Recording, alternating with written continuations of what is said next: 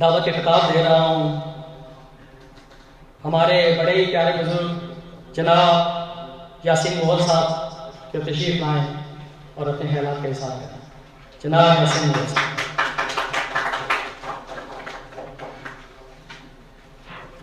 السلام علیکم۔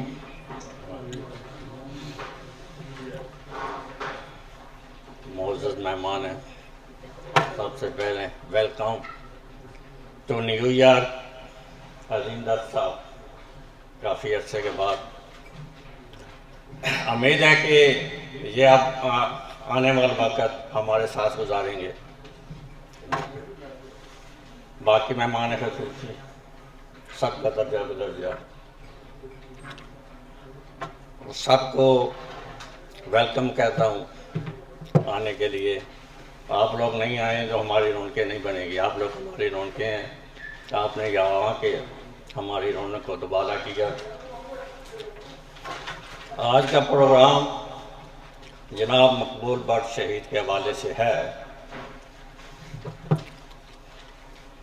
موت اس کی اچھی جس کا زمانہ کرے افسوس، یوں تو دنیا میں سبھی آتے ہیں مرنے کے لیے، یوں تو ہر شخص کو ہر حال میں مرنا ہے، کون کس کی شان میں مرتا ہے کمال اس میں ہے۔ جو قربانیاں جناب مقبول بٹ شہید نے دی ہیں وہ ہمارے لیے ایک مثال ہیں، اور انشاءاللہ زندگی میں یہ ایک مثال کی حیثیت رہیں گی، اور مجھے امید ہے کہ ہم سے بھی ان کے راستے پہ چلنے کے لیے تقریباً کشمیر کا ہر آدمی اس میں حصہ لینے کی کوشش کرے گا، وہ شامل ہوگا۔ یہاں کا تعلق ہے جناب عظیم دت صاحب، یہ تو میرے بہت ہی پرانے ساتھی ہیں، کالج کے زمانے سے کہہ سکتا ہوں۔ ان کی خدمات آزاد کشمیر میں میر پر میں، یہ ان کا نام ہی عظیم نہیں ہے، یہ عظیم لیڈر ہے، اور انشاءاللہ یہ رہیں گے، اور جب تک یہ ہیں ہم جتنے بھی ہیں ان کا ساتھ دیں گے اور نہیں چھوڑیں گے۔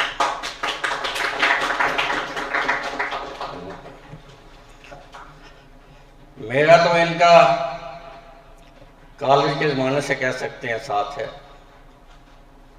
پھر جب یہ امریکہ میں تشریف لائے تو یہاں بھی ان کے ساتھ میں شامل تھا، اور ہر قدم پر ان کے ساتھ تھا، اور انشاءاللہ رہوں گا۔ کتنا پیارا نعرہ ہے آزادی کے متوالوں کا، کشمیر کا ذرہ ذرہ ہے کشمیر کے رہنے والوں کا۔ اب میں دعوت خطاب دیتا ہوں جناب احمد علی بھٹی صاحب سے کہ وہ تشریف لائیں اور اپنے خیالات کا اظہار کریں۔ جناب احمد بھٹی صاحب۔ السلام علیکم۔